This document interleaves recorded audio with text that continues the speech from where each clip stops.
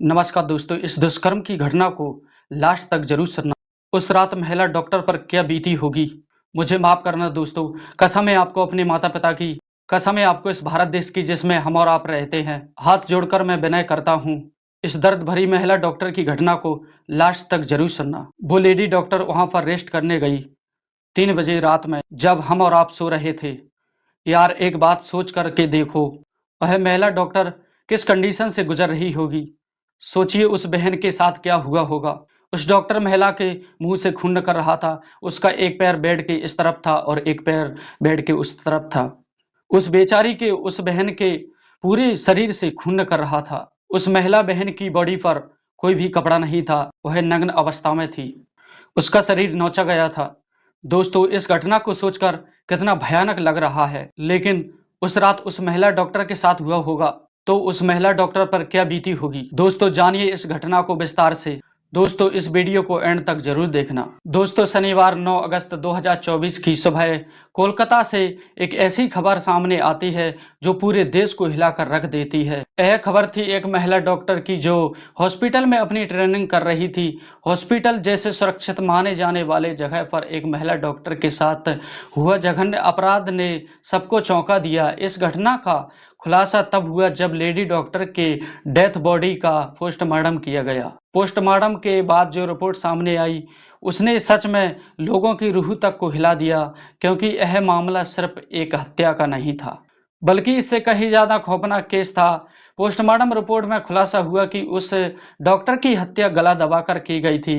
Doctor lady का गला इतनी ताकत और बेरहमी से दबाया गया कि उनका थायराइड कार्टिलेज तक टूट गया था। इससे ही आप अंदाजा लगा सकते हैं कि उन्होंने कितनी बेरहमी से मारा होगा। इस हत्या के पहले लेडी डॉक्टर ने अपनी जान बचाने की पूरी कोशिश की। इसका उनके पूरे शरीर पर निशान मिले। सबसे डरावना सच तो तब सामने आया जब डॉक्टर के शारीरिक आघात के निशान पाए गए।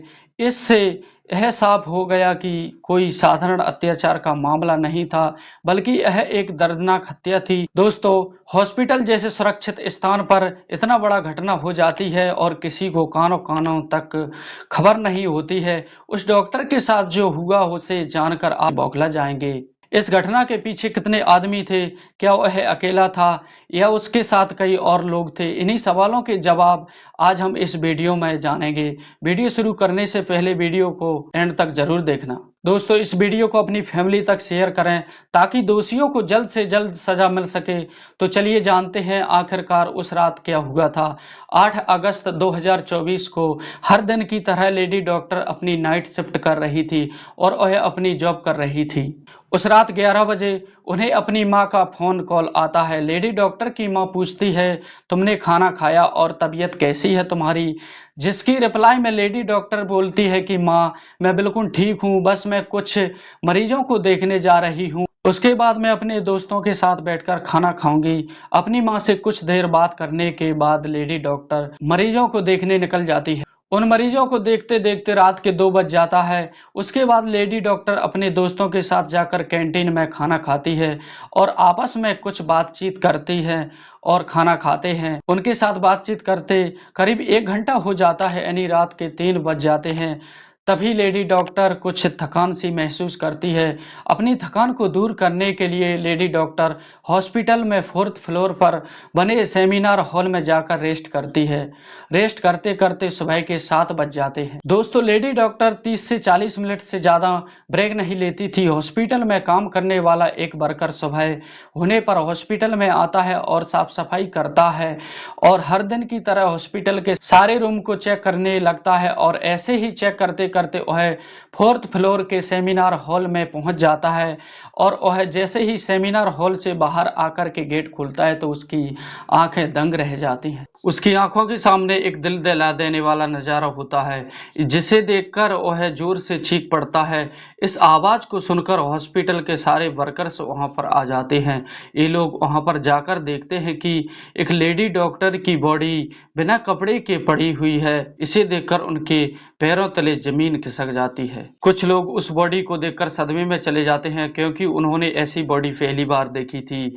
देखकर भी कोई भी इंसान डर जाएगा कि वो भी हॉस्पिटल में हैं, जो कि बेहद ही शर्मनाक बात थी। लेकिन कुछ लोग हिम्मत दिखाते हैं और तुरंत स्ट्रेचर लेकर आते हैं और उस लेडी डॉक्टर को लिटा करके तुरंत इमरजेंसी रूम में ले जाते हैं। तब उसको चेक करते हैं तो उसकी डेथ हो जाती है। अस्पताल में कुछ लोग ऐसे थे जो इसे सामान्य अपराध की इस तरह दिखाना चाहते थे ताकि वे इस अस्पताल का नाम बचा सके। लेकिन जब पोस्टमार्टम रिपोर्ट आती है तो सारी बात पानी की तरह साफ हो जाती है।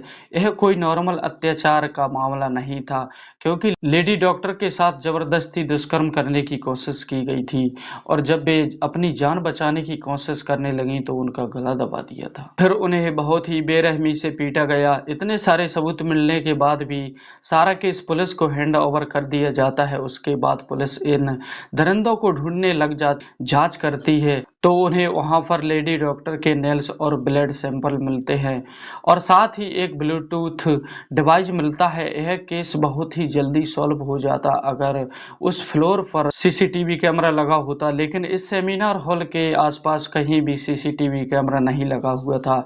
लेकिन जिस रास्ते से इस 4th फ्लोर पर जाया जाता था उसके गेट पर एक कैमरा लगा हुआ था। तो पुलिस जल्दी से जाकर के सुबह 3 बजे से 8 बजे के बीच का रिकॉर्डिंग चेक करती है कि इस रास्ते से आखिर कितने लोग ऊपर गए थे और कितने नीचे आए थे। सीसीटीवी फुटेज की जांच की जाती है तो यह पता चलता है कि उस रात करीब 6 लोग अंदर आए थे। यह जानकारी मिलने के बाद पुलिस ने इन सभी 6 लोगों को एक-एक करके उनसे पूछा गया कि वे उस समय वहां क्यों मौजूद थे और क्या कर रहे थे। उन्हें वहां कोई अजीब चीज नहीं थी। इस दौरान पुलिस ने उन्हें फोन का ब्लूटूथ भी ऑन करवा कर चेक किया ताकि यह पता चल सके कि जो यह ब्लूटूथ है वो वह किसका है। पुलिस का यह तरकीब काम आया और संजय रॉय के फोन से कनेक्ट हो गया। संजय रॉय एक सिविल वोल्टस था, इसलिए उन्होंने संजय रॉय से सख्ती से पूछताछ शुरू की। लेकिन संजय पुलिस के खिलाफ सवाल का जवाब नहीं दे रहा था क्योंकि वह अत्यधिक नशे की हालत में था। पुलिस ने उसका फोन भी चेक किया जिसमें उन्हें काफी मात्रा में पोर्नोग्राफी अश्लील वीडियो मिली। इससे पुलिस का शक यकीन में बदल गया कि संजय ने ही उस लेडी डॉक्टर के साथ दुष्कर्म किया है, अपराध किया है, मुख्य आरोपी हो सकता है। पुलिस ने संजय रॉय को धमकाना शुरू कर दिया। आखिरकार संजय रॉय ने डरकर अपनी गलती मान ली कि उसने ही लेडी डॉक्टर की हत्या की थी और उसका शारीरिक शोषण भी किया था। यह पता चलने के बाद पुलिस ने और सबूत इकट्ठा करने के लिए संजय रॉय के घर की तलाशी ली, जहां जाकर के उन्होंने देखा कि उसके जूते से एक खून के धब्बे थे। पुलिस ने उस जूते पर लगे खून के धब्बे की जांच करवाई तो जो लेडी डॉक्टर के खून से मैच हो गया। संजय के खिलाफ एक ठोस सबूत था। इन सभी रिकॉर्ड और सबूतों को मिलाकर पुलिस ने पाया कि उस रात संजय रॉय अत्यधिक नशे में था और रात 11 बजे अस्पताल में दाखिल हुआ था। दोस्तों, संजय रॉय अस्पताल में नाइट शिफ्ट करता था, इसलिए उन्हें यह अच्छी तरह पता था कि कहां पर कैमरा है और कहां पर नहीं है। आराम से अस्पताल के 4थे फ्लोर पर जाकर बैठ गया ताकि कोई उसे नशे की हालत में न देख सके, नहीं तो उसकी नौकरी खतरे में पड़ सकती है। 4थे फ्लोर पर पहुंचकर वह सो गया और जब उसकी आंख खुली 3 बजे थे, तभी संजय की नजर एक लेडी डॉक्टर पर पड़ती है जो रेस्ट करने के लिए सेमिनार हॉल में जा रही थी। लेडी डॉक्टर को अकेला देखकर संजय के इरादे बिगड़ गए। वह पहले काफी देर तक फ्लोर पर चलकर देखता रहा, सुनिश्चित करने के लिए कि कोई उसे देख न ले। जब उसे यकीन हो गया कि रास्ता साफ है तो वह 4 बजे सेमिनार हॉल में घुस गया और 45 मिनट में उस कमरे से बाहर निकला। संजय ने लेडी डॉक्टर के साथ किया होगा उस सोचकर किसी का भी दिल सहम जाएगा, खासकर लेडी डॉक्टर के माता पिता का, जिन्होंने अपनी बेटी को डॉक्टर बनाने के लिए कितने सपने देखे थे। लेडी डॉक्टर अपने माता पिता की इकलौती बेटी थी और उनके लिए यह किसी सदमे से कम नहीं था। दोस्तों, यह केस अभी तक खत्म नहीं हुआ है और संजय रॉय को कस्टडी में रखा गया है। देखते हैं क्या होने वाला है। आपकी राय क्या है, कमेंट में जरूर बताइए। दोस्तों, यह घटना सुनाने का मतलब किसी के दिल को आहत करना नहीं है, बल्कि आपको जागरूक करना है, क्योंकि समाज में ऐसी घटनाएं अधिकतर फैलती रहती हैं। दोस्तों, कमेंट करके जरूर बताना कि इस बहन, इस लेडी डॉक्टर को न्याय कैसे मिलेगा, अभी तक नहीं मिला है। दोस्तों, मिलता हूँ अगली वीडियो में, तब तक के लिए खुश रहिए, खुशियां बांटते रहिए। जय हिंद, जय भारत।